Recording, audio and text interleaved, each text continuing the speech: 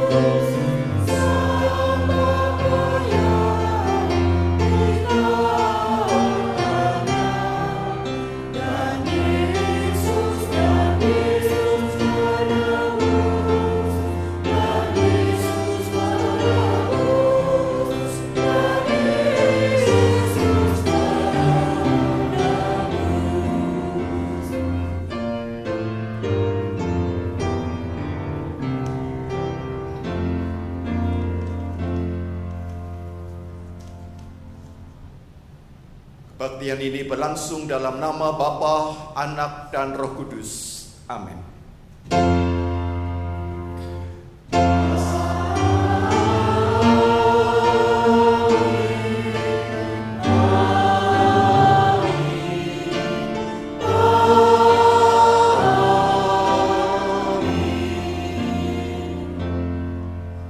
Kasih karunia dan damai sejahtera dari Allah Bapa kita dan dari Tuhan Yesus Kristus menyertai saudara sekalian. Silakan duduk kembali, saudara-saudara. Saudara-saudara yang dikasihi oleh Tuhan, tema ibadah kita pada hari ini adalah perjanjian kasih tidak akan pernah menyerah. Kita akan perhatikan surat Rasul Paulus kepada jemaat di Filipi pasal 1. Kita akan memperhatikan ayat 7 dan ayat 8. Filipi pasal 1 ayat 7 dan ayat yang ke-8. Demikian firman Tuhan. Memang sudah sepatutnya aku berpikir demikian akan kamu semua, sebab kamu ada dalam hatiku. Oleh karena kamu semua turut mendapat bagian dalam kasih karunia yang diberikan kepadaku, baik pada waktu aku dipenjarakan maupun pada waktu aku membela dan meneguhkan berita Injil. Sebab Allah adalah saksiku betapa aku dengan kasih mesra Kristus Yesus merindukan kamu semua, kalian sekalian. Saudara-saudara, kalau kita perhatikan di dalam apa yang dikatakan Rasul Paulus kepada jemaat di Filipi, bukan sekadar suatu ide, tetapi suatu ekspresi, suatu ungkapan isi hatinya, di mana dia mengatakan bahwa lihat, Allah adalah saksiku betapa aku dengan kasih mesra dari Kristus merindukan kamu sekalian. Ada suatu perasaan rindu, kasih itu membakar, kasih itu meneguhkan. Dan karena itu saudara, mari kita memuji akan kesetiaan Allah yang mengasihi kita dengan kesetiaan yang tiada bertara. NKB 34 kita nyanyikan.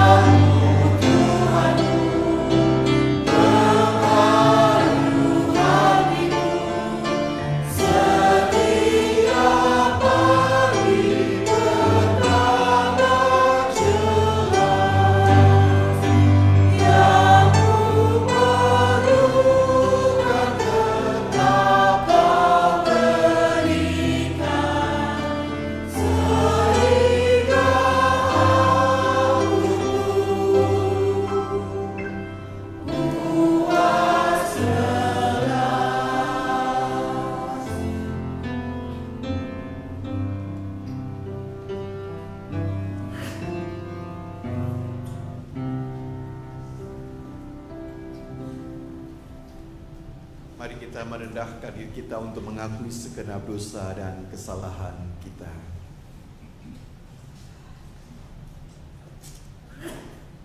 Ya Allah, yang menjadi penghalang antara kami dengan Engkau adalah dosa dan kejahatan kami,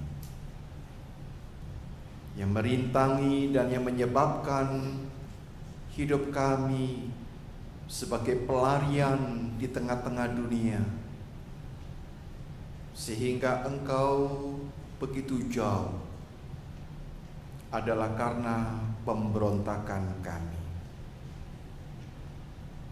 Karena itu Bapa, penyebab utama dari seluruh penderitaan kami, seluruh belenggu dosa yang membuat kami menjadi orang-orang yang tidak lagi berdaya, yang tidak lagi bebas sebagai anak-anak Allah, adalah karena pilihan kami, pilihan berbuat dosa dan mengikuti jalan dunia ini. Untuk itu Tuhan, pada hari yang Kau kuduskan ini, kami ingin datang ke hadirat-Mu. Karena kami sadar bahwa dosa itu mendatangkan maut. Upah dosa ialah maut. Kami datang untuk mengakui supaya Tuhan berkenan mendengar cerita, permohonan, dan rintihan kami. Ampuni ya Bapa semua dosa dan kesalahan yang sudah kami lakukan di dalam kehidupan kami. Ampunilah dosa-dosa yang telah menguasai seluruh sendi-sendi kehidupan dan aspek-aspek kepribadian kami. Dengan demikian Tuhan, tidak ada satu bagian dalam diri kami yang benar di hadapan Tuhan.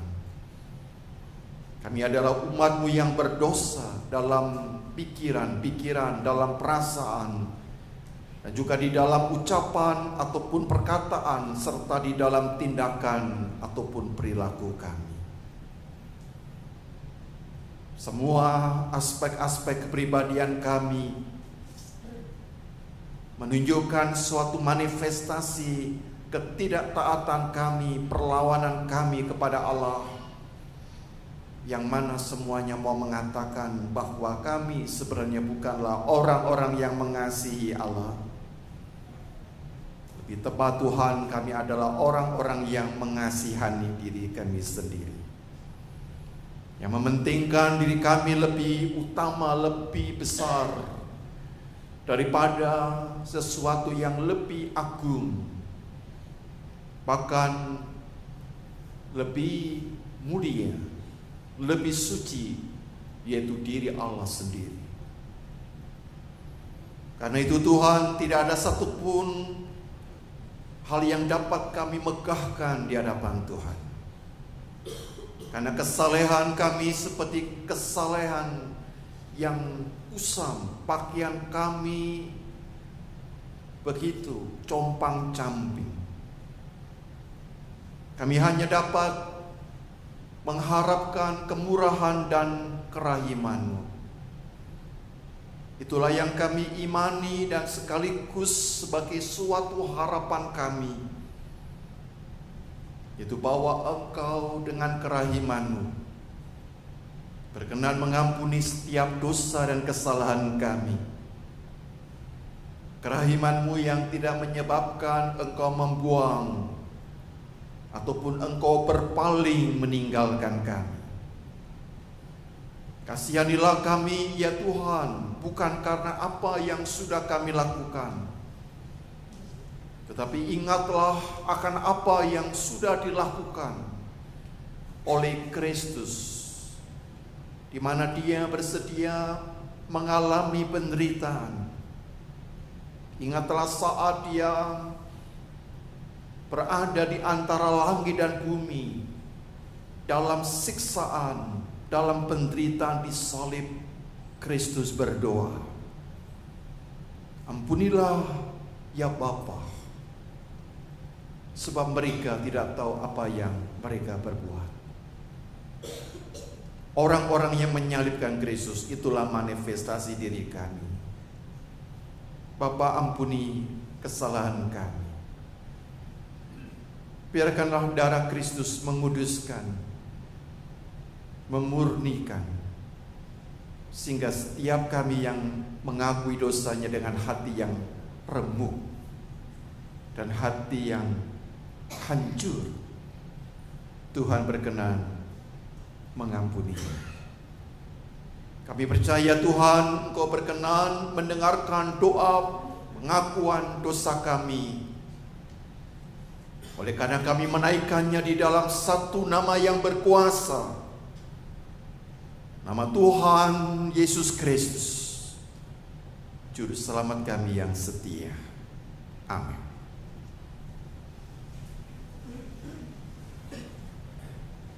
Tuhan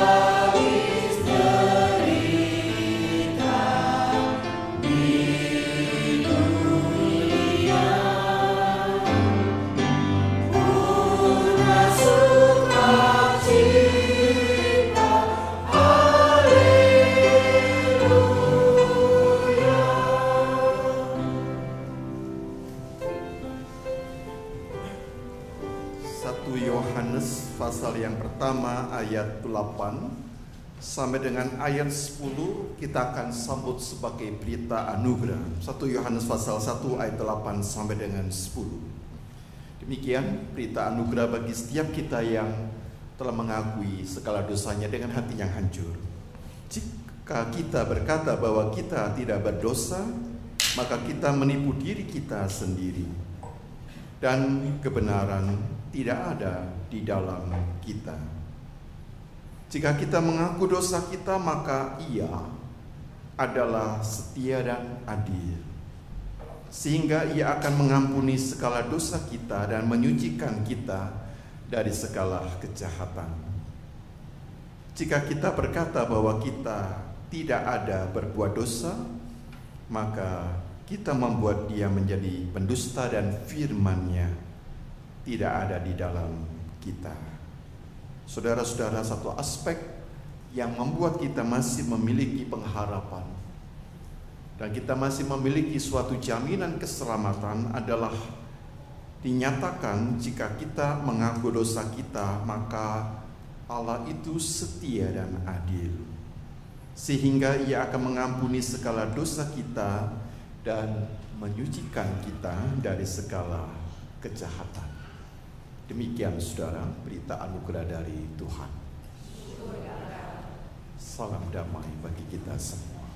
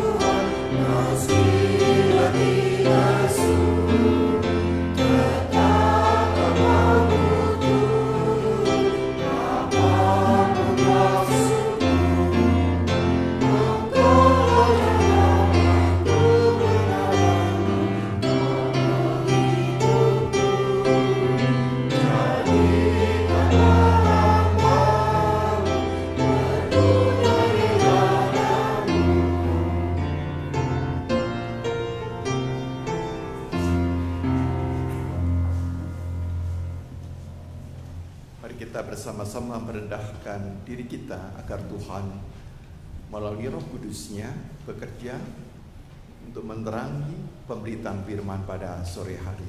Mari kita berdoa.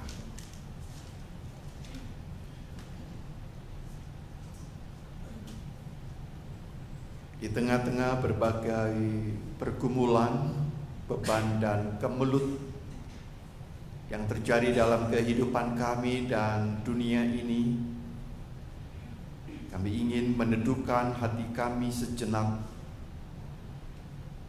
untuk mendengarkan dengan jernih firman Tuhan yang kami percaya dengan sungguh sebagai firman Allah yang memerdekakan, firman Allah yang mengaruniakan keselamatan, firman Allah yang membangkitkan harapan, sekaligus firman Allah yang membentengi hidup kami dengan kuasa Allah. Karena itu ya Tuhan, berikan kepada setiap kami anugerah-Mu, supaya melalui pemberitaan firman-Mu kami boleh disapa oleh sabda Tuhan sendiri, oleh Allah sendiri. Ketika hidup kami dijamah, disentuh oleh Tuhan, maka hidup kami yang najis dan kotor ini akan Kau ubah menjadi hidup yang murni, hidup yang kudus sesuai dengan apa yang Tuhan rencanakan. Karena itu biarkanlah Engkau bekerja dengan leluasa untuk menjamah, mengurapi setiap kami dengan Roh Kudus-Mu, agar firman yang kami dengarkan bersama adalah firman yang memperbaharui diri kami dan memampukan kami untuk melihat realita dan dunia ini dengan pandangan iman yang membebaskan. Pandangan iman yang membuat kami tidak lagi terbelenggu oleh rasa khawatir, oleh kecemasan, oleh kegelisahan dan perasaan tertekan. Biarkanlah Tuhan bekerja dengan leluasa sehingga suara-suara dan kekuatan manusia dalam diri kami dilumpuhkan, ditundukkan. Dengan demikian Engkau sendirilah yang menjadi pengendali utama dalam hidup kami. Bersabdalah ya Tuhan kepada setiap kami melalui pembacaan Alkitab dan pemberitaan firman, akan melaluinya kami boleh hidup semakin serupa dengan Kristus. Kami ingin merasakan dan mengalami sendiri cinta kasih Allah itu. Di dalam nama Tuhan Yesus, Sang Firman Allah yang hidup, kami telah berdoa. Bersabdalah ya Tuhan, kami siap untuk mendengarkan firman-Mu. Amin.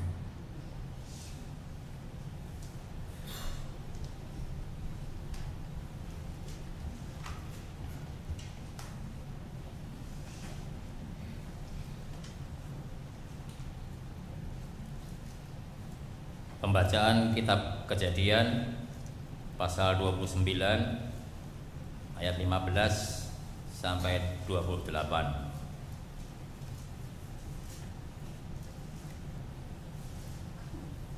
Kemudian berkatalah Laban kepada Yakub, "Masakan karena engkau adalah anak saudaraku, engkau bekerja padaku dengan cuma-cuma? Katakanlah kepadaku, apa yang patut menjadi upahmu?" Laban mempunyai 2 anak perempuan, yang lebih tua namanya Lea dan yang lebih muda namanya Rahel. Lea tidak berseri matanya, tetapi Rahel itu elok sikapnya dan cantik parasnya. Yakub cinta kepada Rahel, sebab itu ia berkata, "Aku mau bekerja padamu 7 tahun lamanya untuk mendapatkan Rahel, anakmu yang lebih muda itu." Saud Laban, "Lebih baiklah yang aku berikan kepadamu daripada kepada orang lain, maka tinggallah padaku." Jadi bekerjalah Yakub 7 tahun lamanya untuk mendapatkan Rahel itu. Tetapi yang 7 tahun itu dianggapnya seperti beberapa hari saja karena cintanya kepada Rahel. Sesudah itu berkatalah Yakub kepada Laban, "Berikanlah kepadaku bakal istriku itu, sebab jangka waktuku telah genap, supaya aku akan kawin dengan dia."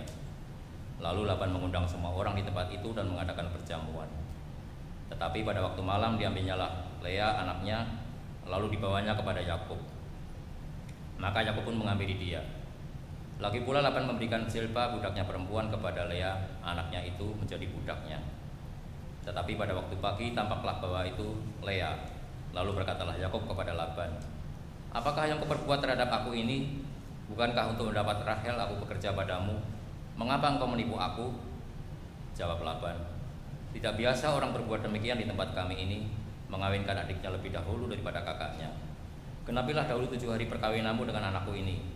Kemudian anakku yang lain pun akan diberikan kepadamu sebagai upah. asal engkau bekerja pula padaku 7 tahun lagi. Maka Yakub berbuat demikian. Ia menggenapi ke-7 hari perkawinannya dengan Lea. Kemudian Laban memberikan kepadanya Rahel, anaknya itu, menjadi istrinya. Demikianlah sabda Tuhan.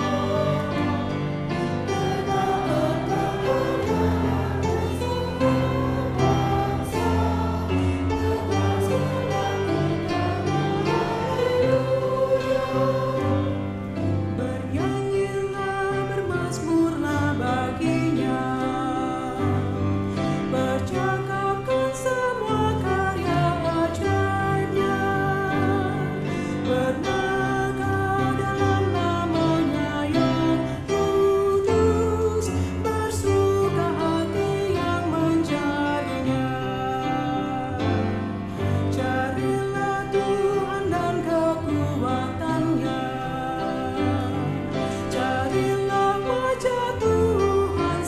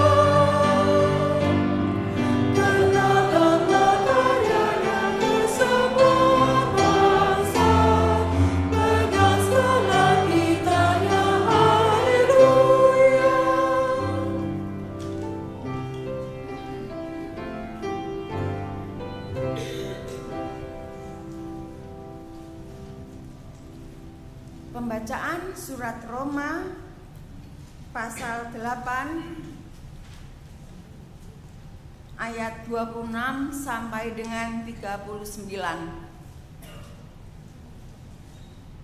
Demikian juga Roh membantu kita dalam kelemahan kita, sebab kita tidak tahu bagaimana sebenarnya harus berdoa. Tetapi Roh sendiri berdoa untuk kita kepada Allah dengan keluhan-keluhan yang tidak terucapkan. Dan Allah yang menyelidiki hati nurani mengetahui maksud Roh itu, yaitu bahwa Ia sesuai dengan kehendak Allah berdoa untuk orang-orang kudus. Kita tahu sekarang bahwa Allah turut bekerja dalam segala sesuatu untuk mendatangkan kebaikan bagi mereka yang mengasihi Dia, yaitu bagi mereka yang terpanggil sesuai dengan rencana Allah.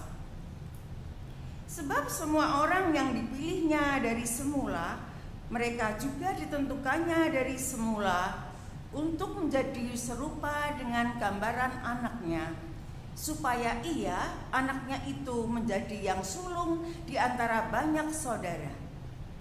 Dan mereka yang ditentukannya dari semula, mereka itu juga dipanggilnya. Dan mereka yang dipanggilnya, mereka itu juga dibenarkannya. Dan mereka yang dibenarkannya, mereka itu juga dimuliakannya. Sebab itu, apakah yang akan kita katakan tentang semuanya itu? Jika Allah di pihak kita, siapakah yang akan melawan kita? Ia yang tidak menyayangkan anaknya sendiri, tetapi yang menyerahkannya bagi kita semua, bagaimanakah mungkin Ia tidak mengaruniakan segala sesuatu kepada kita bersama-sama dengan Dia? Siapakah yang akan menggugat orang-orang pilihan Allah? Allah yang membenarkan mereka? Siapakah yang akan menghukum mereka? Kristus Yesus yang telah mati, bahkan lebih lagi, yang telah bangkit, yang juga duduk di sebelah kanan Allah, yang malah menjadi pembela bagi kita. Siapakah yang akan memisahkan kita dari kasih Kristus? Penindasan atau kesesakan, atau penganiayaan, atau kelaparan, atau ketelanjangan, atau bahaya, atau pedang? Seperti ada tertulis, oleh karena Engkau kami ada dalam bahaya maut sepanjang hari. Kami telah dianggap sebagai domba-domba sembelihan. Tetapi dalam semuanya itu, kita lebih daripada orang-orang yang menang oleh Dia yang telah mengasihi kita. Sebab aku yakin bahwa baik maut maupun hidup, baik malaikat-malaikat maupun pemerintah-pemerintah, baik yang ada sekarang maupun yang akan datang, atau kuasa-kuasa, baik yang di atas maupun yang di bawah, ataupun sesuatu makhluk lain, tidak akan dapat memisahkan kita dari kasih Allah yang ada dalam Kristus Yesus Tuhan kita. Demikianlah sabda Tuhan. Injil Matius pasal 13 ayat 31 sampai dengan 33, lalu ayat 44 sampai dengan ayat yang ke-52.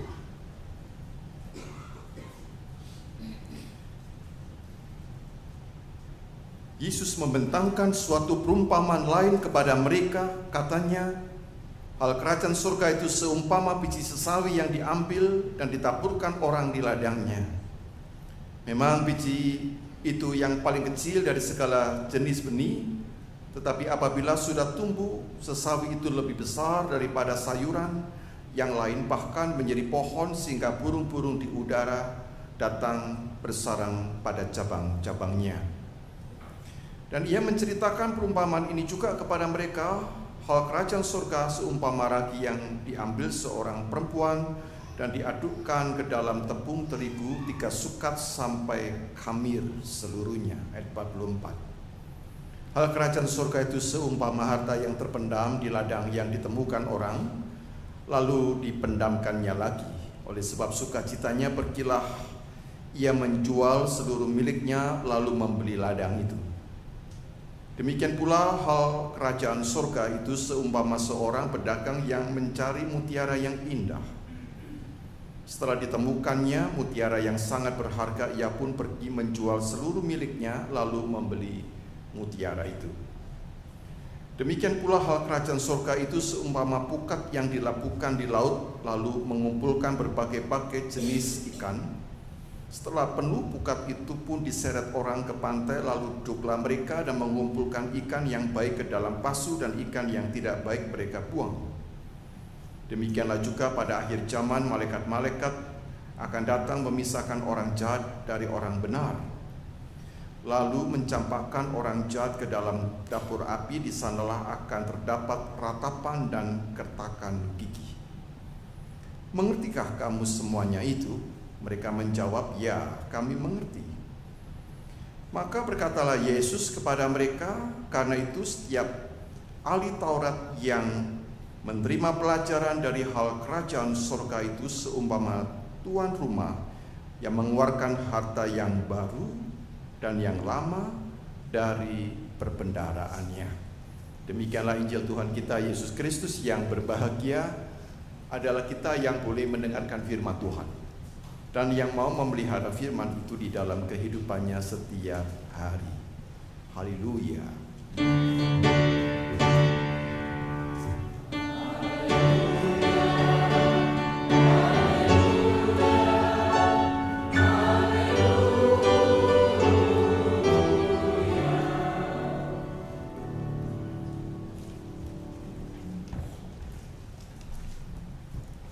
Tema kebaktian kita adalah perjanjian kasih tidak akan membuat orang itu menyerah. Saudara-saudara yang dikasihi oleh Tuhan, disebutkan ada satu kelebihan yang ditampilkan dari seorang wanita yang akan menjadi bagian dari leluhur dan sejarah Israel, yaitu Rahel. Nah, saudara-saudara, apa yang menjadi kelebihan dari Rahel disebutkan dengan sangat gamblang oleh Alkitab, yaitu bahwa si Rahel sikapnya itu sangat elok dan cantik parasnya. Dan tampaknya saudara-saudara ada satu deskripsi yang mungkin terlupakan, apa yang disebut dengan cantik paras di sini, yaitu dikaitkan dengan Lea, ya, karena disebutkan Lea tidak berseri matanya. Jadi saya menafsirkan cantik di sini tampaknya berkaitan dengan mata, dengan keindahan mata yang lahir dari satu kecantikan dari dalam, inner beauty. Dan karena alasan inilah, saudara-saudara, Yakub mencintai Rahel daripada Lea. Apakah ini suatu pelajaran bagi para wanita semuanya supaya memiliki mata yang lahir dari hati yang cantik, ya, sehingga matanya berbinar-binar dan banyak pria yang jatuh cinta di situ. Nah, saudara-saudara yang dikasihi oleh Tuhan, tentunya bukan romantismenya yang mau dikatakan di dalam bagian ini, tetapi yang mau dikatakan adalah bahwa ungkapan-ungkapan romantis ini mengajak kita untuk memikirkan tentang bagaimana sejarah umat Israel itu dibentuk.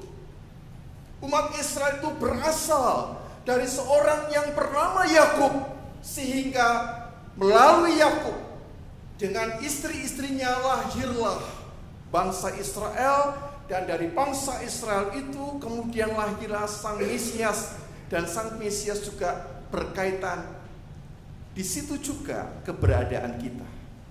Seandainya tidak ada Kristus, kira-kira kita masih ada enggak ya? Manusianya mungkin strukturnya sangat berbeda sekali. Nah, saudara-saudara, apa yang sangat menarik di dalam pembentukan sejarah umat Israel itu, yaitu bahwa ternyata bapak leluhur Israel yang bernama Yakub adalah seorang yang memiliki suatu cinta yang begitu kuat. Untuk mendapatkan Rahel, dia mengatakan bersedia untuk menikahi Rahel. Dia mau bekerja selama 7 tahun. Adakah di sini para pria yang mengejar istrinya sampai 7 tahun. Apakah ada yang boleh saya, supaya ada yang bisa mengalahkan Yakub di sini? Ada nggak pria yang bisa mengalahkan Yakub di sini pada ronde pertama?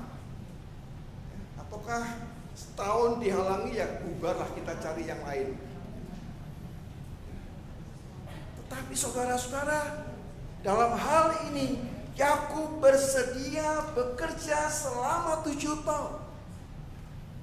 Dan pada tahun yang ke-7, Yakub kemudian menagih kepada pamannya Laban agar segera memberikan Rahel. Tapi saudara-saudara, pada malam pernikahan itu, Yakub tidak mengetahui bahwa yang diberikan Laban, pamannya, sebagai istrinya ternyata bukan Rahel, tetapi Leah. Baru keesokan harinya, karena PLN belum masuk, saudara-saudara, waktu itu. Dan kita mengetahui bahwa para wanita Timur Tengah, bukan orang Arab, bukan orang Muslim, itu mengenakan cadar sehingga tidak mudah mengenali dengan baik. Nah, saudara-saudara, setelah diketahui bahwa itu bukan Rahel, tapi itu adalah Leah, Yakub menyatakan penyesalannya, mengapa dia ditipu. Dan Laban menjawab, kalau engkau ingin mendapatkan Rahel, engkau harus bekerja 7 tahun lagi. Ini ronde kedua. Ada nggak yang bisa mengalahkan Yakub dalam ini, para pria? Untuk mendapatkan istri, saudara berjuang selama 14 tahun. Kalau saya ya kok belum tentu juga bisa ya, saudara-saudara. Terlanjur tua. Saudara-saudara yang dikasih oleh Tuhan. Dan satu catatan yang menarik, kesimpulan dari penulis Alkitab, lalu bekerjalah Yakub 7 tahun lamanya sebagai tambahan untuk mendapat Rahel itu. Tetapi yang 7 tahun itu dianggapnya seperti beberapa hari saja karena cintanya kepada Rahel. Firman Tuhan mau mengatakan bahwa cinta itu merelatifkan waktu. Cinta itu membuat sesuatu yang sebenarnya Yakub sedang dieksploitasi, dimanfaatkan oleh siapa? Oleh Laban, pamannya. Dia dieksploitasi, tapi eksploitasi itu tidak menghalangi Yakub untuk berjuang mendapatkan Rahel. Cinta mampu membuka belenggu dari eksploitasi menjadi satu kekuatan, mengubah suatu hambatan menjadi suatu tantangan. Nah, saudara-saudara yang dikasihi oleh Tuhan, maka satu bagian dari firman Tuhan ini mau mengatakan satu hal yang paling penting, bahwa dasar dari seluruh dimensi kehidupan ini seharusnya didasari oleh kekuatan dari cinta itu. Oleh karena apa? Karena Allah sebagai sumber kehidupan manusia disebutkan God is love. Allah itu adalah kasih. Sehingga tidak mengherankan saudara-saudara, di dalam relasi manusia di dalam Alkitab, gambaran Allah yang berrelasi dengan manusia itu digambarkan dalam relasi perjanjian. Dan kata perjanjian itu dalam teks Ibrani dipakai kata berit, B-I-R-I-T, berit. Dan itu ada sebanyak 283 kali digunakan. Jadi mau mengatakan apa? Bahwa perjanjian Allah dan manusia di dalam konsep Alkitab itu adalah hubungan perjanjian. Dan hubungan perjanjian itu bisa ada karena apa? Karena dasarnya kasih. Kasih Allah yang tanpa syarat. Nah, kasih Allah yang tanpa syarat ini, perjanjian tidak boleh disamakan dengan kontrak. Ya, kontrak itu ada suatu perjanjian tetapi ada terminnya.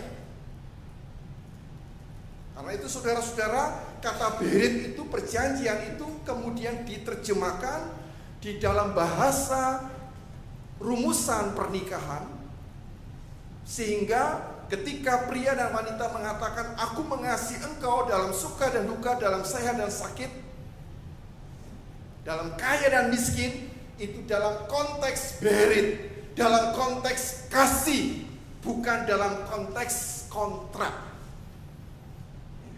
Bayangkan saudara-saudara kalau kita pakai kata kontrak. Aku mengasihi engkau dalam suka dan duka, dalam sehat dan sakit, kaya dan miskin, 3 tahun pertama misalnya begitu. Tidak.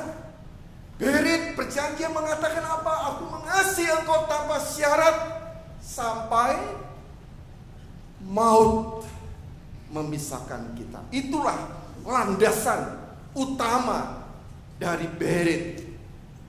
Nah, saudara-saudara yang dikasih oleh Tuhan, jika demikian dasar relasi Allah dengan manusia itu adalah berit, maka seharusnya hubungan perjanjian yang ada di dalam kita adalah perjanjian yang dilandasi oleh kasih Allah. Hubungan kita, hubungan bergereja bukan hubungan kontrak. Sebenarnya gereja yang benar itu dalam konteks teologi semacam ini tidak ada jemaat yang keluar. Tidak ada jemaat istilah keluar dari gereja itu tidak ada. Kalau itu terjadi karena alasannya administrasi saja, ya administrasi gereja saja. Tapi landasannya itu adalah kita dibaptis di suatu gereja itu sifatnya menetap, perjanjian, bukan kontrak. Nah, saudara-saudara yang dikasih oleh Tuhan, tetapi sekarang perjanjian itu telah berubah pelan-pelan menjadi suatu hubungan kontrak. Kalau kita tidak puas dengan gereja di mana kita berada, kita keluar. Kalau kita melayani di suatu tempat dan kemudian pelayanan kita tidak mendapatkan respon, kita keluar. Kita pilih yang lain. Ini mengatakan bahwa hubungan kita sudah tidak lagi dilandasi oleh perjanjian kasih, tapi perjanjian kontrak. Sehingga tidak mengherankan saudara-saudara, karena kekuatan kontrak yang adalah berasal dari dunia ini menguasai sendi-sendi kehidupan kita, perkawinan pun juga adalah perkawinan kontrak.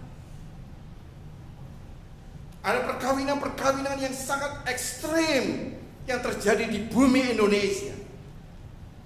Saya sudah mendapatkan informasi saudara-saudara kita yang di daerah Puncak ataupun Bogor ada pernikahan kilat. Mereka bisa menikah hanya 2 hari, 3 hari, seminggu, setelah itu berpisah. Dan kemudian ada lagi yang mengawini mereka. Itulah perkawinan kontrak. Kesucian, kekudusan pernikahan itu sudah dihancurkan dengan cukup menggunakan lembaga keagamaan. Karena itu saudara-saudara, satu bagian yang paling mendasar, karena hubungan perjanjian itu sudah berubah menjadi satu hubungan kontrak, maka hubungan kita dengan sesama juga mempunyai pengaruh. Kita mau berelasi dengan orang lain sejauh itu menguntungkan kita, sejauh itu bisa memberikan manfaat kepada diri kita, bisa memberikan suatu nilai keuntungan kepada kita. Apa yang terjadi saudara-saudara? Kita kehilangan satu aspek, yaitu kekuatan kasih, di mana kasih itu merelatifkan waktu, merelatifkan ruang, merelatifkan batas-batas fisik. Semuanya itu hilang dalam diri kita. Dan kemudian kalau itu sudah dihilang, nilai relatif itu, kita kemudian apa? Dimutlakkan. Pada apa? Pada sesuatu yang lemah, pada sesuatu yang fana, pada sesuatu yang sepertinya tidak bernilai. Dan yang ketiga, saudara-saudara, cinta menggerakkan Yakub untuk berjuang sedemikian rupa untuk bisa mengatasi hambatan-hambatan itu, dan dia tidak pernah mau menyerah kalah. Saya sangat terkesan, saudara, ketika saya di Jawa Timur. Ada satu gereja sampai sekarang masih ada. Ini adalah salah satu gereja yang tertua di GKI Jawa Timur, yaitu GKI Bondowoso. Yang tertua adalah Mojosari, tetapi Bondowoso juga salah satu yang tertua. Apa yang menarik saudara-saudara dari GKI Bondowoso? Kalau saudara pernah ke sana, di sana terkenal apa ya? Makanan apa ya? Ya kalau makanan biasanya kita lebih gampang hafal. Ya, terkenal apanya? Tape, ya, tapenya enak. Ya. Nah, saudara-saudara, dan orang seringkali lupa, GKI Bondowoso itu memang didirikan oleh pekabaran Injil. Tetapi gedung gerejanya itu bukan dari hasil pekabaran Injil. Karena gedung gereja itu sampai saat ini sertifikatnya itu bukan milik gereja, tapi aman. Karena sertifikatnya itu sebenarnya milik, ini benar, saudara bisa cek, seorang haji yang bernama Pak Haji Hasan. Jadi Pak Haji Hasan ini memberikan tanah dan bangunan kepada gereja dan tetap satu pekarangan dengan rumahnya. Karena apa? Nah, ini pertanyaan yang paling penting. Mengapa orang ini bisa memberikan? Karena cinta. Loh, kok cinta? Cintanya apa? Dia ini mengalami satu pengalaman rohani dengan Yesus. Dan dia ini sebenarnya sudah menetapkan pindah jadi orang Kristen. Tetapi kalau dia pindah jadi orang Kristen pada waktu itu, maka gereja akan diapakan? Ditutup. Jadi dia berpikir begini, terserah masyarakat menilai saya haji, tapi hati saya apa? Kristen. Saya tidak dibaptis, saya salah. Tapi daripada saya dibaptis, gereja diapakan? Tutup. Ini keputusan benar atau salah, saya serahkan kepada Tuhan. Dan dia sampai akhir hayatnya tidak dibaptis, tidak ke gereja, dia hanya nengok.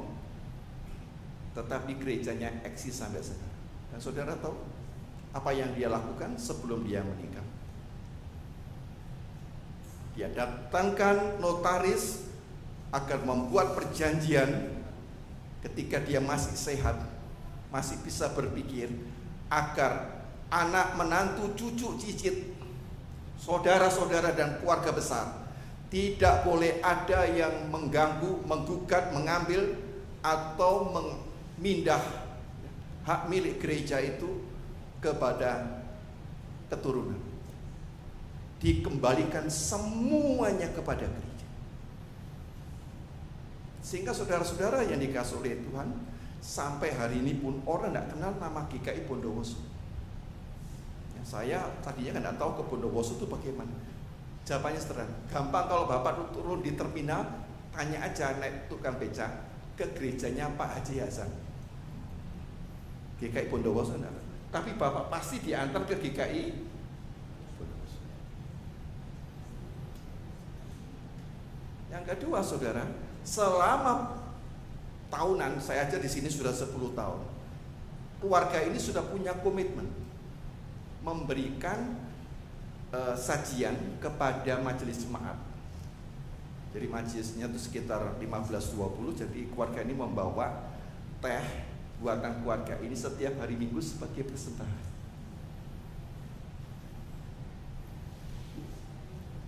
Saudara, ini orang yang tidak seiman dengan kita, tapi mempunyai apa? Kasih yang begitu besar. Padahal saudara-saudara, saya membayangkan Pak Haji Hasan ini ketika membuat keputusan ini, dia mendapat tentangan apa tidak dari anggota keluarga besarnya? Ditentang besar-besar.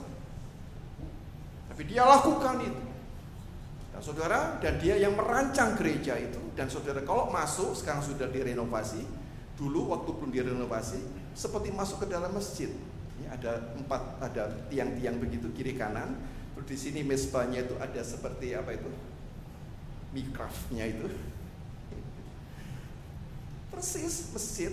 Ya karena dia taunya itu. Tapi dia persembahkan untuk gereja, bukan untuk masjid. Dan itu saya kadang-kadang heran sekali, ada dalam kehidupan gereja ada jemaat yang terlalu hitung-hitungan dengan gereja, itu saya heran sekali. Kalau ada orang yang tidak seiman tetapi tidak pernah hitung-hitungan dengan Tuhan.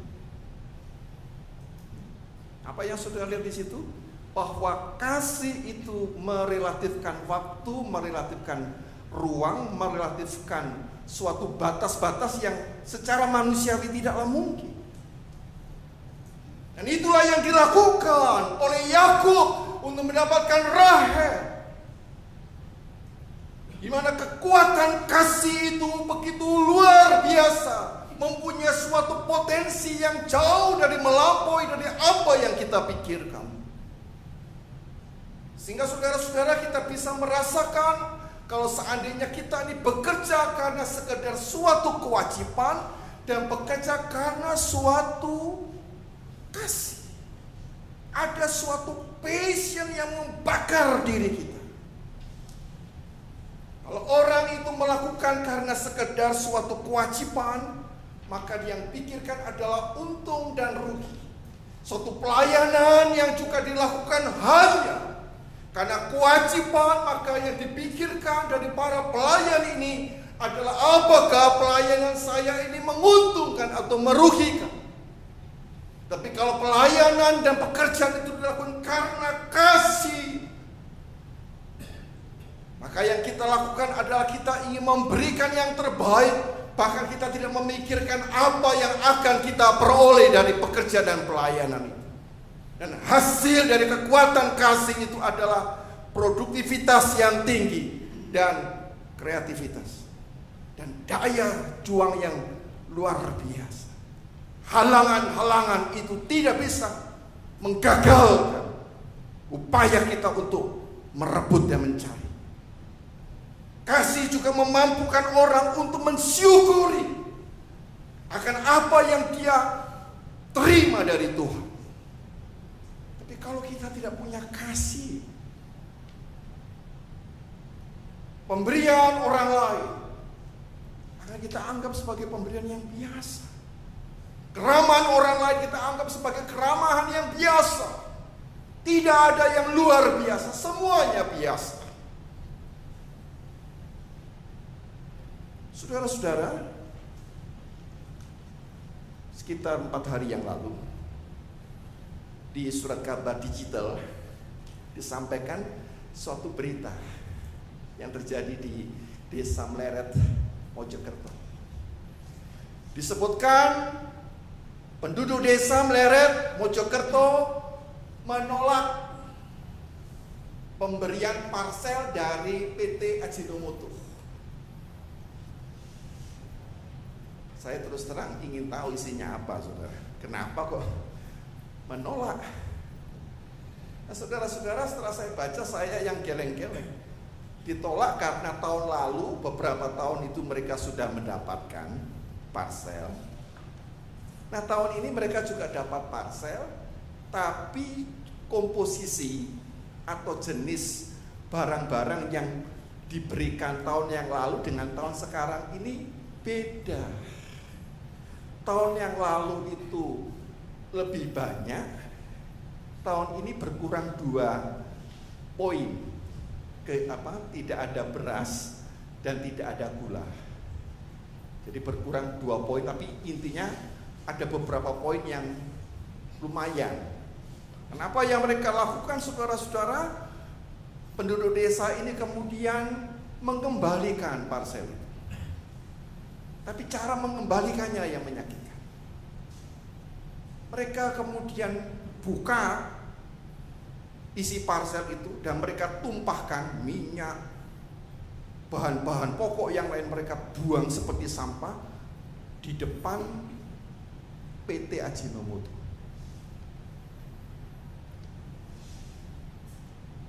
Diberi sesuatu menuntut lebih tinggi karena hitungannya tahun yang lalu. Padahal ini apa, saudara? Ini pemberian. Ini bukan hasil atau hak gaji mereka, bukan. Ini pemberian, ini bentuk keramahan.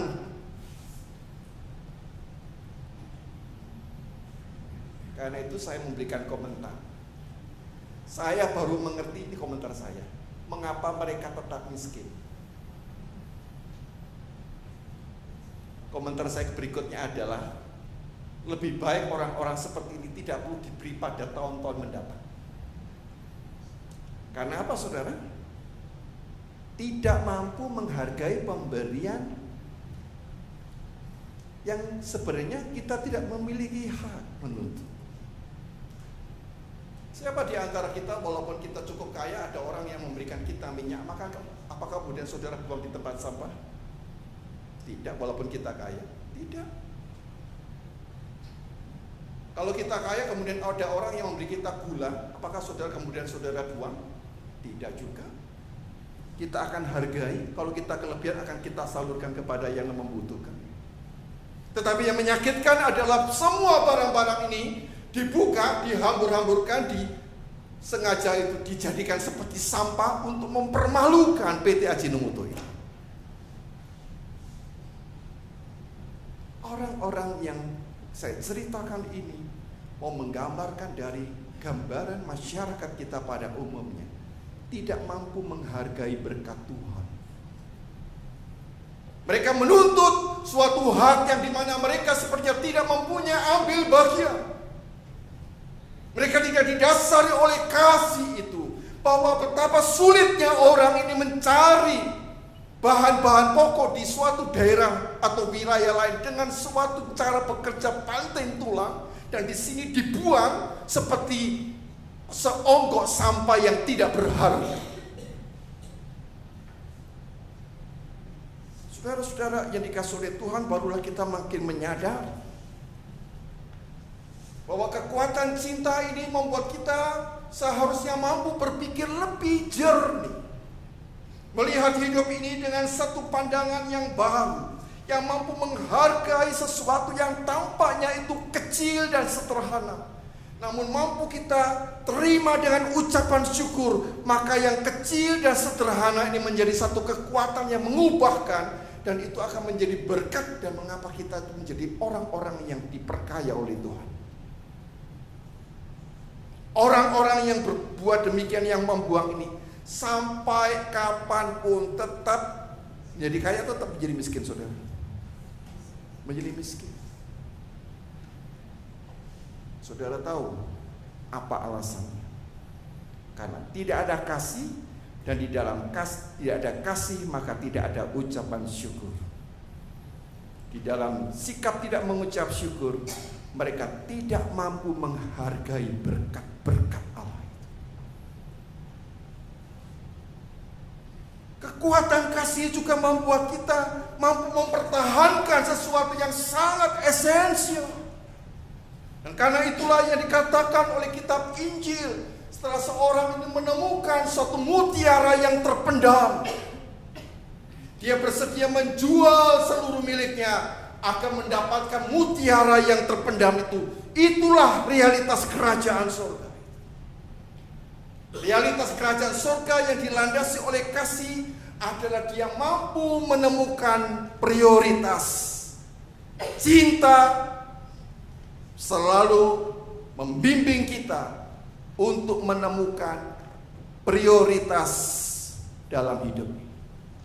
Apa yang kita pilih sebagai yang paling utama, dan mana yang kita tolak karena itu bukan yang utama dalam hidup kita. Ya, saudara-saudara, saya menceritakan satu kisah nyata. Kita sebagai gereja tanpa sadar itu dikuasai oleh berita-berita surat kabar yang tidak seimbang. Yang paling saudara pikirkan berita apa? Yang paling menonjol, berita luar negeri yang ada di dalam hati saudara. Kisah apa? Saya tidak dengar dari sini, saudara. Tentang apa? Gaza, Palestina. Itu yang diangkat. Saya tidak mengatakan itu tidak penting-penting, saudara. Karena ada orang Kristen yang cukup banyak. Di Gaza sampai sekarang ada 1.500 orang Kristen. Dan gereja mengalami kebangkitan di Palestina. Tetapi yang seringkali kita lupakan di dalam persoalan Palestina itu adalah kita tanpa sadar diajak menjadi komunitas yang ikut membenci Israel. Betul apa tidak? Ya. Dan saya sesalkan para pendeta pun juga terpancing untuk membenci Israel. Tapi mari kita sedikit berpikir lebih jernih. Tapi bagian ini bukan bagian pokok saya. Nanti ada bagian yang lanjutan. Mengapa Israel itu menyerang?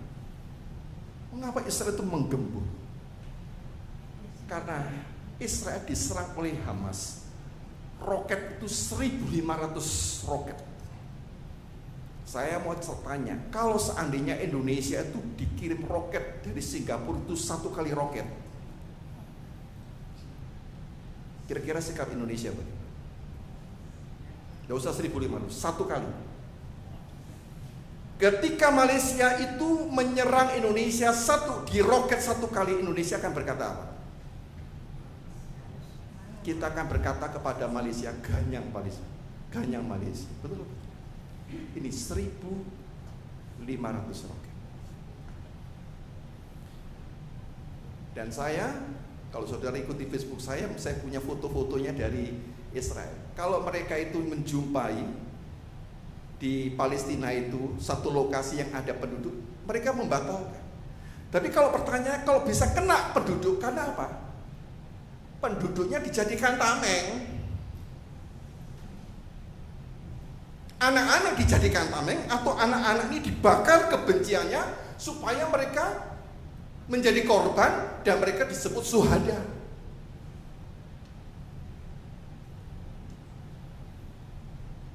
Nah, saudara-saudara yang dikasih oleh Tuhan, Israel berbeda cara berpikir. Setiap roket itu dihadang dengan apa? Namanya Iron Dome. Supaya roket ini tidak menjatuhi siapa? Tidak menjatuhi apa? Tidak menjatuhi penduduknya.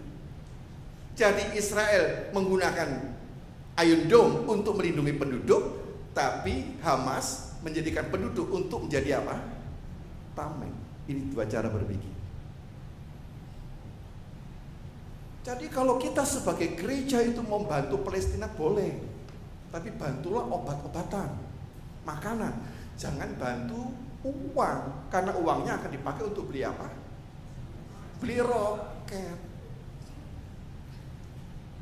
Israel disuruh berdamai, tapi dikirimi roket terus. Sebagai negara yang berdaulat, mereka berhak mempertahankan. Dan ini pernyataan resmi dari Amerika Serikat. Israel sebagai negara berdaulat berhak melindungi diri. Catatannya, tetapi Israel mohon supaya korban penduduk sipil itu dikurangi semaksimal mungkin, jangan sampai ada korban. Tapi kalau ada korban, ya itu kan perbuatan Hamas. Saya kira kita tidak perlu mengumpulkan uang kan untuk memberikan kepada Hamas untuk beli roketnya. Tetapi bagian ini bukan bagian saya yang paling penting. Sampai kita melupakan satu aspek lain dari satu hal yang sangat memedihkan hati, di mana dunia ini sedang dikuasai oleh kebencian sedemikian rupa. Dunia mengajak kita untuk membenci suatu bangsa di mana kita tidak pernah dijajah. Soalnya bangsa Indonesia itu jangan benci kepada Israel, bencinya kepada bangsa apa? Harusnya benci kepada Belanda yang menjajah berapa tahun? 3,5 abad. Kepada apa lagi? Jepang, Inggris. Oh, Israel tidak pernah jajah kita, kok bencinya setengah mati? Tidak masuk akal. Tapi yang kedua, saudara-saudara, sampai mata kita ini ditutup untuk melihat satu realita. Dengan apa yang terjadi di Irak, di Bagaimana saudara-saudara sekarang Irak dan Suriah itu dikuasai oleh satu kelompok yang menamakan dirinya ISIS, Islamic State for Iraq and Syria. Nah, saudara-saudara, ISIS ini dengan pakaian yang serba hitam. Tapi jangan menyamakan pendeta ISIS ya. Nah, saudara-saudara, ISIS ini intinya adalah Islamic State. Bagaimana mendirikan suatu negara Islam. Tetapi apa yang dilakukan oleh ISIS di Irak dan Syria? Saudara mendengar satu berita bahwa ratusan ribu orang Kristen ini harus eksodus minggu yang lalu, beberapa hari yang lalu, dengan pilihan kembali menjadi Islam atau dibunuh, atau pilihannya ketika keluar. Dan saudara tahu bagaimana sikap orang Kristen? Ini adalah orang-orang Kristen di Mosul. Mosul itu sebenarnya adalah kota yang cukup saudara kenal dalam Alkitab. Kota apa itu? Itu sangat akrab dengan kita. Kota apa saudara? Mosul adalah kota Niniwe. Dan karena itu di Niniwe itu dijumpai makam dari Nabi Yunus. Tapi beberapa hari yang lalu makam Nabi Yunus ini diapakan? Dibom rata dengan tanah. Dan ada biara 1800 tahun usianya. 1800 tahun usianya. Direbut oleh ISIS dan para biarawan diusir hanya dengan pakaian yang mereka kenakan.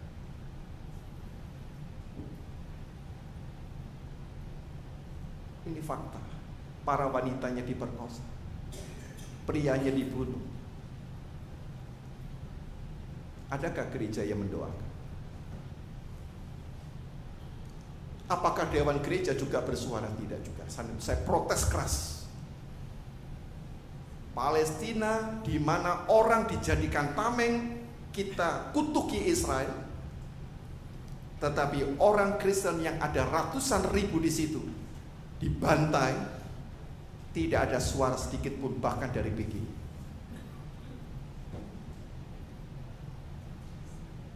Satu hal yang saya terkesan dengan sikap orang Kristen di Mosul atau Niniwe. Ini kemarin saya sudah membaca dan mendengar wawancara mereka. Ribuan orang Kristen di Mosul menyatakan, lebih baik kami tinggalkan seluruh rumah, seluruh properti kami, seluruh tanah kami, asal kami tidak pindah agama, karena kami tetap mengikuti Yesus Sang Juru Selamat kami. Apa artinya saudara? Kasih itu tidak pernah menyerah oleh karena hambatan dan penganiayaan.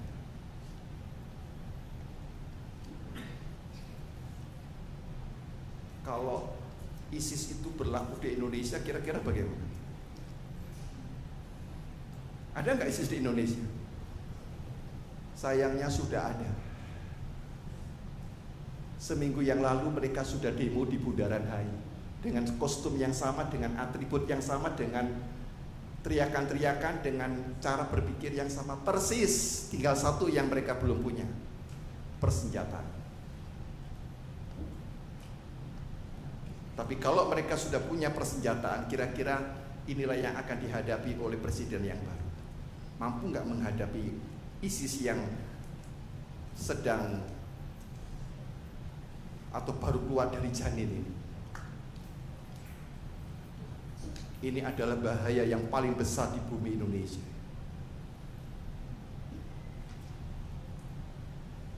Lawan dari kasih adalah kebencian yang mereka sebarkan. Kita harus sadar saudara-saudara, kalau kita tidak memiliki kasih yang begitu besar kepada Kristus, kita pun juga akan meninggalkan, rame-rame meninggalkan Kristus. Yang penting jangan ambil nyawaku, jangan ambil rumahku, jangan ambil mobilku, jangan ambil segala propertiku. Tetapi orang-orang Kristen di Mosul, silakan kamu ambil semua yang ada pada kami. Bahkan kalau perlu kamu ambil nyawaku. Satu hal yang tidak dapat kamu ambil, imanku kepada Kristus. Mengapa? Karena kasih seperti Yakub kepada Rahel.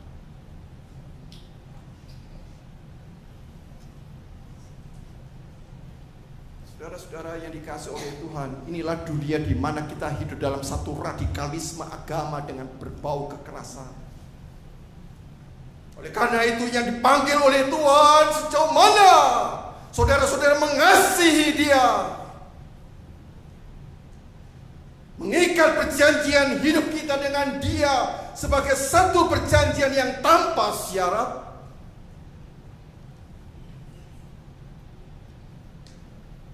Saudara yang dikasihi oleh Tuhan, ada satu hal yang menarik, yang menyentuh tapi ini bukan perang. Sekelompok pemuda remaja, kira-kira kalau kita bayangkan kita ada anak-anak kita yang remaja pemuda ini cenderungnya peduli tidak dengan gereja Tuhan. Artinya kalau mereka kebaktian itu memang lahir dari keinginan mereka, bukan karena dibanguni oleh papa mamanya. Kira-kira kalau punya anak ini cenderungnya yang anak remaja yang rajin dan terpanggil untuk melayani Tuhan, atau karena umumnya itu karena diminta oleh orang tua? Yang mana saudara? Yang pertama atau yang kedua saudara? Kecenderungan remaja kita. Gak usah malu saudara, rata-rata hampir sama kok. Yang pertama atau yang kedua saudara? Kok diam semua? Ini yang nanya bukan ISIS loh saudara. Umumnya loh ya, ini umumnya, tidak berarti mengatakan semua. Umumnya remaja pemuda ini ke gereja atau aktif karena mereka didesak orang tuanya, bukan karena panggilan mereka. Nah ini ada satu contoh yang sedikit menyentuh saudara. Di Cina ini ada remaja pemuda yang saya lihat itu mereka tuh senang sekali, bersuka cita menyambut sebuah bungkusan dus besar. Nah saudara-saudara, saya pikir ini apa isinya dus ini saudara. Mereka sebelum membuka dus ini mereka mengatakan kepada Tuhan, Tuhan terima kasih bahwa Engkau telah mengaruniakan suatu berkat yang mana Engkau sudah mengabulkan doa-doa kami. Nah saya kan makin penasaran saudara, apa yang diminta anak remaja ini? Biasanya kalau anak remaja ini yang mintanya apa ya? Ya handphone, smartphone, tab, kira-kira begitu ya. Ini dalam dos ini kira-kira begitu kan. Nah saudara-saudara, ketika dibuka selesai mereka berdoa, saya sangat terkejut bahwa isinya itu mereka mengambil suatu barang yang masih di plastik, dan ketika mereka terima barang itu dengan sukacita mereka peluk barang itu. Dan mereka bahkan di antara mereka itu sampai ada yang meneteskan air mata, mereka peluk barang itu. Dan setelah semuanya dibagi, kemudian mereka mengatakan mari kita berdoa kembali. Dan doanya adalah, Tuhan terima kasih Engkau telah memberikan Alkitab itu kepada kami. Ini anak remaja. Nah, sampai saya berpikir kira-kira seandainya di dalam kehidupan kita, ya, kita di rumah disediakan ada beberapa dus, yang satu isinya handphone atau smartphone ataupun yang sejenis, dan satu disediakan Alkitab, mana yang dipilih ya saudara-saudara? Tapi tidak perlu jauh-jauh anak-anak kita, saudara sendiri pilih yang mana sih?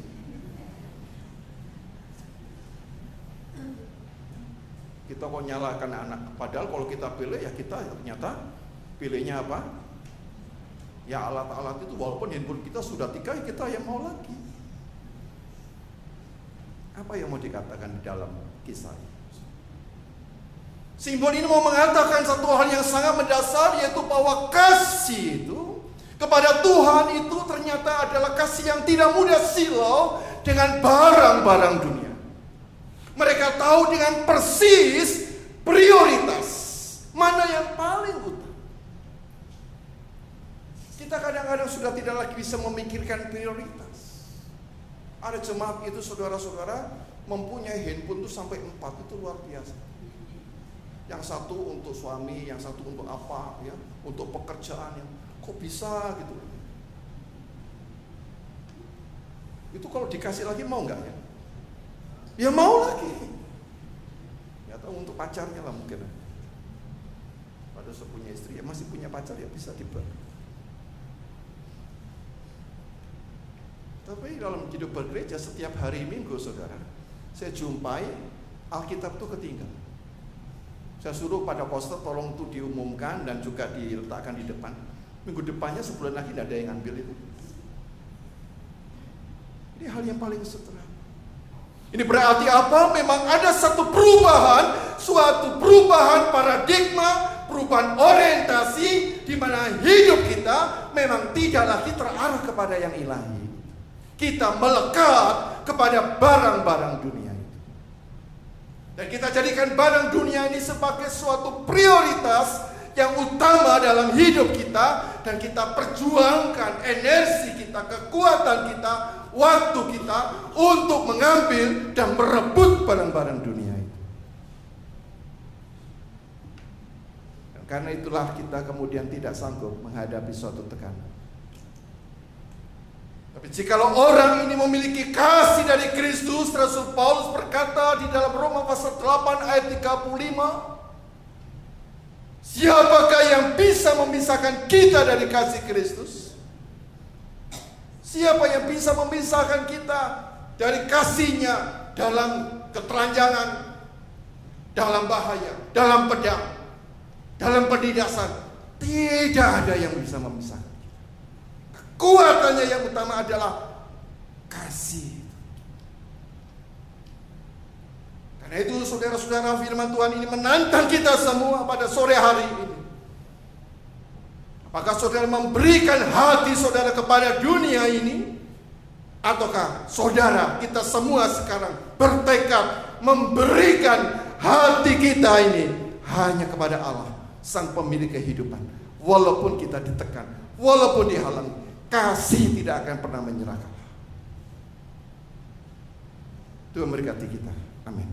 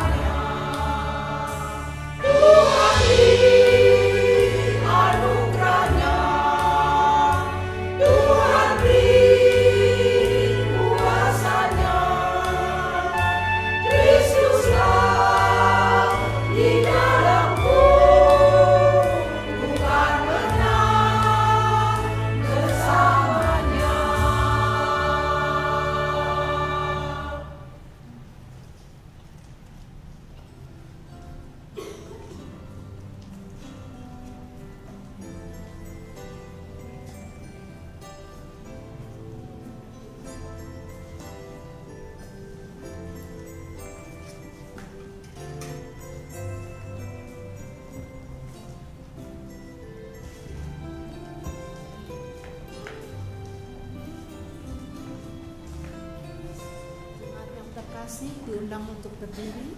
Marilah kita bersama dengan umat Allah di masa lalu, masa kini, dan masa depan mengingat pengakuan menurut baptisan kita menurut pengakuan iman rasuli. Aku percaya kepada Allah, Bapa yang Maha Kuasa, Tuhan langit dan bumi, dan kepada Yesus Kristus, Anak yang tunggal Tuhan kita, yang dikandung dari Roh Kudus, lahir dari darah Maria, yang menderita sengsara di bawah pemerintahan Pontius Pilatus, disalibkan, mati dan dikuburkan, turun dari kerajaan Allah. Pada hari yang ketiga, bangkit dari antara mati, naik ke surga, duduk sebelah kanan Allah, Bapa yang Maha Kuasa. Dari sana Ia akan datang untuk menghakimi orang yang hidup dan yang mati. Aku percaya pada Roh Kudus, Gereja yang kudus dan am, persekutuan orang kudus, pengampunan dosa, kebangkitan orang mati, dan hidup yang kekal. Silakan.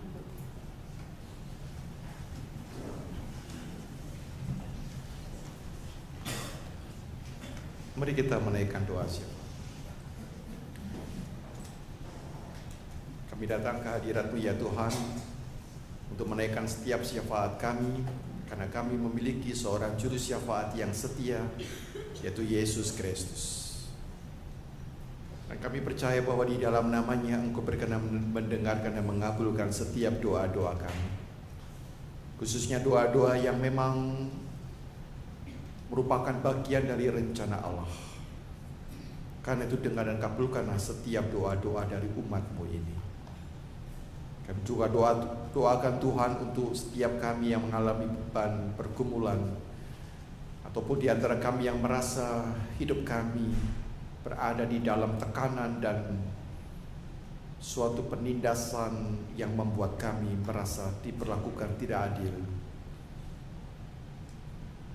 Berikan kepada setiap kami ya Tuhan, umat-Mu, kemampuan untuk memikul ketidakadilan itu dengan cara yang benar.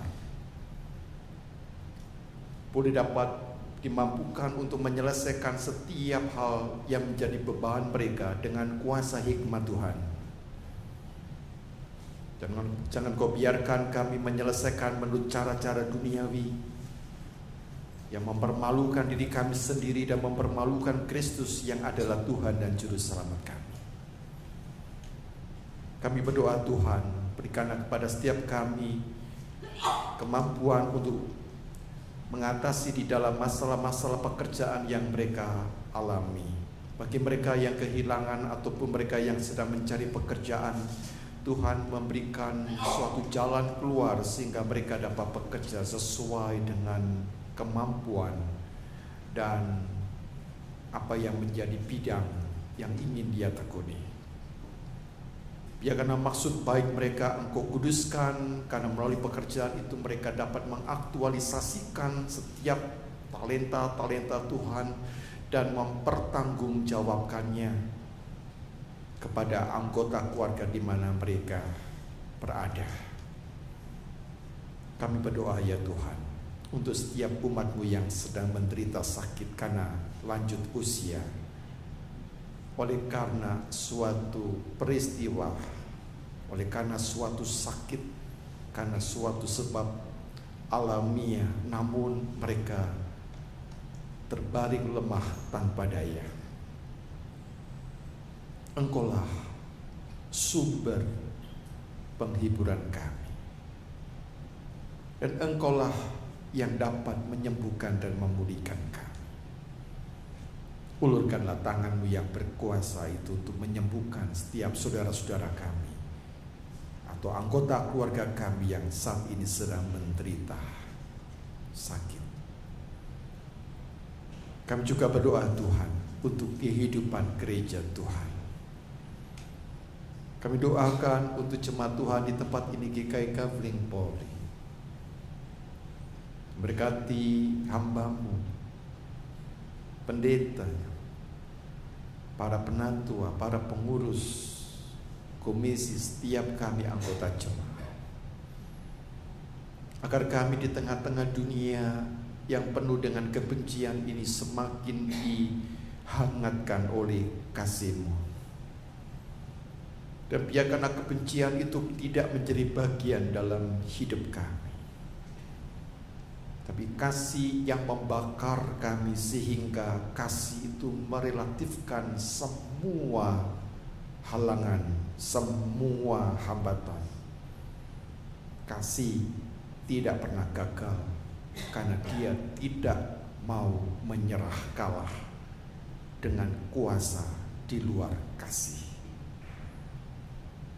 Kami berdoa juga untuk gereja-gereja Tuhan, khususnya gereja Tuhan di Irak, di Syria, di Mesir, di Libya, di Maroko, di Timur Tengah, termasuk Palestina, gereja Tuhan di Cina, gereja Tuhan di Korea Utara, gereja Tuhan yang terjadi di Eropa yang tidak tahan menghadapi sekularisme sehingga mereka meninggalkan Kristus. Tapi juga kami doakan untuk gereja Tuhan di Indonesia, supaya kami tidak membiarkan menjadi alat dari dunia ini. Melalui doa syafaat ini kami sesalkan bahwa beberapa gereja ikut terlibat untuk menyatakan kemenangan kepada salah satu calon presiden sebelum diumumkan oleh Komisi Pemilihan Umum.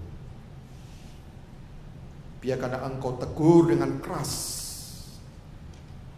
para pendeta dan orang-orang yang terlibat karena menggunakan nama Tuhan dan kekristenan di Indonesia.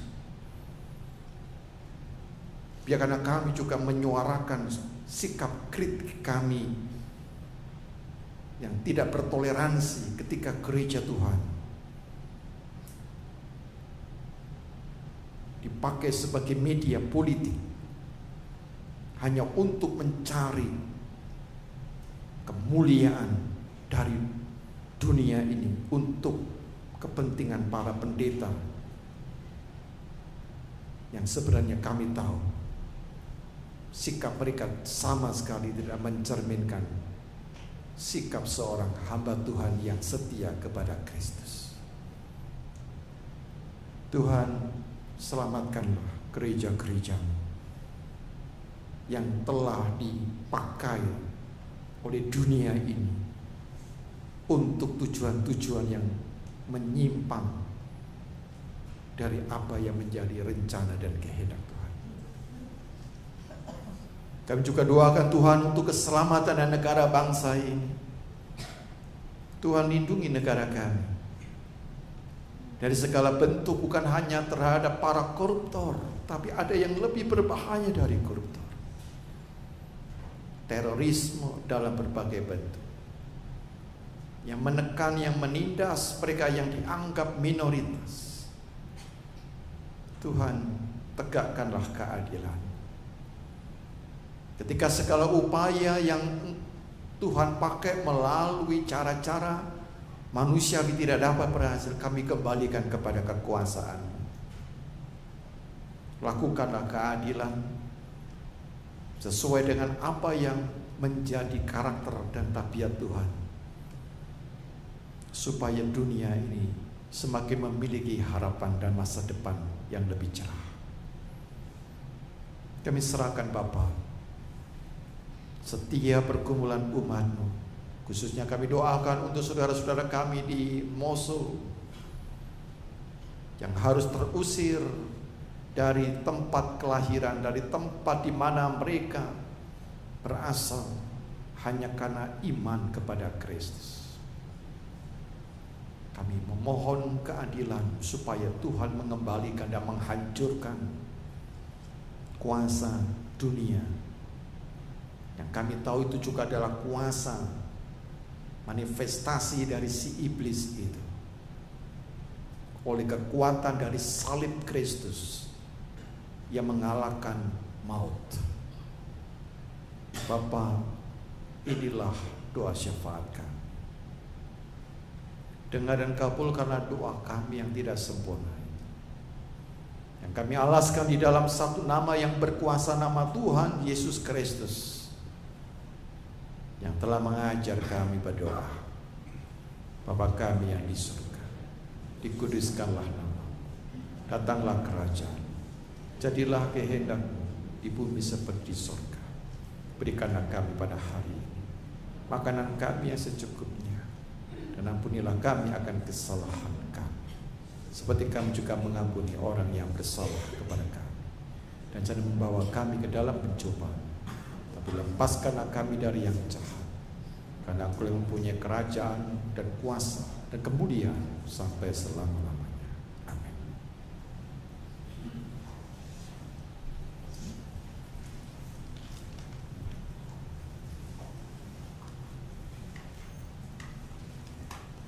Saudaraku, Tuhan sudah memberkati setiap kita di dalam kehidupan kita, dan oleh karenanya di dalam kesempatan ini marilah kita menyatakan syukur kita melalui persembahan yang sudah kita siapkan, dan dengan sukacita kita menghantarnya kepada Tuhan. Nas persembahan akan dibacakan dari 2 Korintus 8 ayat 7 yang berbunyi demikian. Maka sekarang sama seperti kamu kaya dalam segala sesuatu, dalam iman, dalam perkataan, dalam pengetahuan, dalam kesungguhan untuk membantu, dan dalam kasih-Mu terhadap kami, demikianlah juga hendaknya kamu kaya dalam pelayanan kasih ini. Ujian PKJ 298 bait pertama sampai dengan 5 selama bumi didiami akan mengiringi kita di dalam menyampaikan persembahan kita.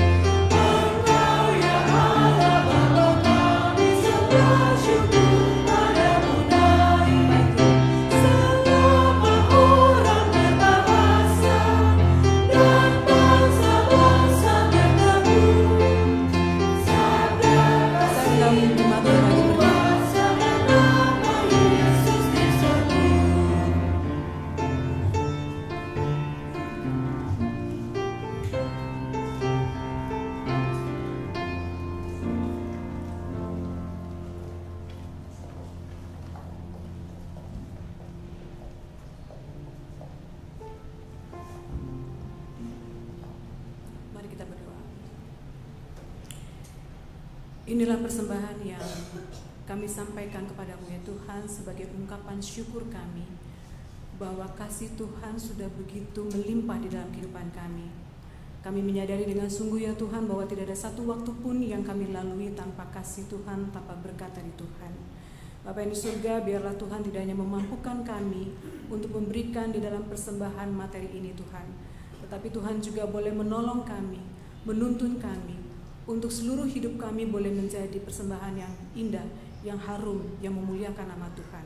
Terima kasih ya Tuhan, di dalam nama Tuhan Yesus kami sudah berdoa dan mengucap syukur. Amin.